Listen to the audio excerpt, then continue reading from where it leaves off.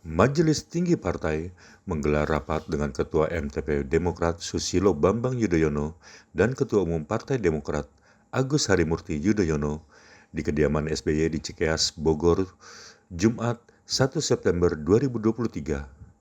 Adapun rapat tersebut digelar oleh MTP Demokrat sebagai tindak lanjut adanya wacana duet Anies Baswedan bersama Ketua Umum Partai Kebangkitan Bangsa Muhaimin Iskandar alias Caimin untuk maju di Pilpres 2024. Usai menggelar rapat, Sekretaris MTP Demokrat Andi Malarangeng mengatakan bahwa hasil dari rapat memutuskan untuk mencabut dukungan terhadap Anies Baswedan. Mengadakan rapat, baru saja kita selesai mengadakan rapat, dan di dalam rapat tersebut kami membahas mengenai koalisi, posisi Partai Demokrat dalam koalisi perubahan, dan tentu saja tentang calon presiden yang didukung oleh Partai Demokrat. Memang dalam ADART Partai Demokrat, kewenangan tentang koalisi partai maupun juga pencalonan calon presiden dalam Pilpres itu ada di Majelis Tinggi Partai. Sehingga tadi Majelis Tinggi Partai melakukan rapat membahas mengenai tersebut, yaitu membahas mengenai posisi Partai Demokrat di dalam koalisi perubahan dan persatuan serta pencalonan calon presiden yang tadinya tentu saja Saudara Anies Baswedan. Nah, setelah rapat dilakukan, kemudian Majelis Tinggi Partai memutuskan sebagai berikut. Yang pertama, Partai Demokrat mencabut dukungan kepada Saudara Anies Baswedan sebagai calon presiden dalam Pilpres 2024. Yang kedua, Partai Demokrat tidak lagi berada di dalam Koalisi Perubahan dan Persatuan KPP karena telah terjadi pengingkaran terhadap kesepakatan yang dibangun selama ini. Demikian dua keputusan dari rapat Majelis Tinggi Partai yang baru saja berlangsung malam ini di Cikeas. Itu saja. Teman-teman, silakan kalau ada pertanyaan. Ya, teman-teman silakan untuk sesi pertama 3 pertanyaan dulu, silakan angkat tangan. Ya, 1, oke, 2, 3. Selamat malam Pak, saya Teh dari SCTV Indosiar. Pak, ini mau nanya soal, sekarang kan artinya sudah keluar dari koalisi, apakah nanti kemungkinan nantinya Partai Demokrat akan membangun poros sendiri atau akan bergabung dengan koalisi yang sudah ada, seperti kemarin kan sudah ketemu dengan PDIP dan juga komunikasi dengan Pak Prabowo. Terima kasih. Baik, kita langsung aja ya. Dengan keputusan menyatakan tidak lagi berada pada Koalisi Perubahan dan Persatuan, dan demikian tidak lagi juga mendukung Saudara Anies Baswedan sebagai calon presiden, kami tidak lagi juga terikat pada piagam kesepakatan yang ditandatangani oleh Ketua Umum Partai dengan demikian ketiga umum ketua partai dalam Koalisi Perubahan Persatuan itu. Dengan demikian maka Partai Demokrat setelah rapat ini mungkin dalam 2-3 hari ke depan sudah bebas untuk membangun komunikasi dan berkomunikasi dengan partai-partai lain dalam rangka membangun koalisi menuju Pilpres 2024. Kira-kira begitu. Nah, tentu saja nanti Mas Ketum lah yang bersama jajaran DPP yang kemudian berkomunikasi dengan pihak-pihak lain, partai-partai sahabat yang lain dalam rangka membangun koalisi tersebut. Ya, pertanyaan selanjutnya. Selamat malam Bang Andi dan jajaran Partai Demokrat lainnya.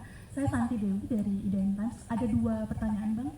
Yang pertama tadi Pak SBY sempat menyebutkan ada menteri aktif di kabinet Pak Jokowi yang aktif melobi Demokrat untuk membentuk satu koalisi baru. Sebenarnya ini sudah disampaikan oleh PLT Ketum salah satu partai yang bersangkutan sih. Kalau hanya P3 dan Demokrat itu suaranya tidak cukup. Tapi kalau dengan PKS itu bisa jadi satu baru. Bolehkah diungkap siapa menteri aktif yang bersangkutan, Bang Andi? Kemudian yang kedua, berarti secara otomatis tim 8 ini bubar ya Bang, setelah Demokrat mencabut dari keberadaan piagam yang sempat ditandatangani tahun lalu. Itu saja, terima kasih. Kalau soal tim 8 otomatis bubar, karena memang kita tidak lagi berada di situ, ya toh. Nah, kalau soal siapa, tanya Pak SBY saja lah yang tahu. Tapi yang jelas bahwa kami membuka komunikasi dengan partai-partai lain dalam rangka koalisi Pilpres 2024. Nah, bagaimana dengan siapa? Ya tentunya mungkin tadi kata Pak SBY, 2-3 hari ini kita tenang-tenang dulu. Setelah itu silakan, kita sudah membuka komunikasi dengan teman-teman lain di sana. Ya, terakhir sementara untuk sesi 1 kan ada sesi Ya, selanjutnya. terima kasih. Pak Andi, mau tanya, baru saja PDIP melalui Pak Said Abdullah bilang kalau PDIP membuka pintu bagi Partai Demokrat. Nah, sebelumnya Mas Ahy dan Mbak Puan juga sudah menggelar pertemuan. Nah, ini apakah Demokrat akan mempertimbangkan tawaran PDIP itu? Apakah ada rencana pertemuan lanjutan antara Mas Ahy dan Mbak Puan lagi untuk membicarakan hal-hal selanjutnya? Sekian, Syifa dari tvnews.com. Terima kasih. Pada dasarnya kita menyambut baik kalau ada sinyal-sinyal untuk berkomunikasi dari teman-teman dari partai lain yang tentu saja dalam konteks koalisi Pilpres 2024 nanti kami menyambut baik. Karena itu nanti tentunya ketum dan jajaran DPP mungkin akan, kan sekarang sudah ada kontak-kontak sebelumnya kan. Kalau dengan PDIP sudah pernah ketemu dengan Mbak Puan, ya, dan kemudian pasti Sekjen, Bang Sekjen ini sudah punya kontak dengan Sekjen PDIP. Ya, silakanlah nanti Pak Sekjen, gimana Pak Sekjen? Ini Pak Sekjen silakan berkomunikasi saya dengan Sekjen mungkin dan segala macam kalau pertemuan-pertemuan ke depannya. Tapi karena sekarang dengan ini kami bebas untuk membuka komunikasi itu. Silakan saja juga dengan partai lain tentu saja. Ada Pak Sekjen di sini, ada jajaran nantinya. Kira-kira begitulah. Ya, untuk sesi 2 ada 3 orang, silakan. 1, 2, Kumparan.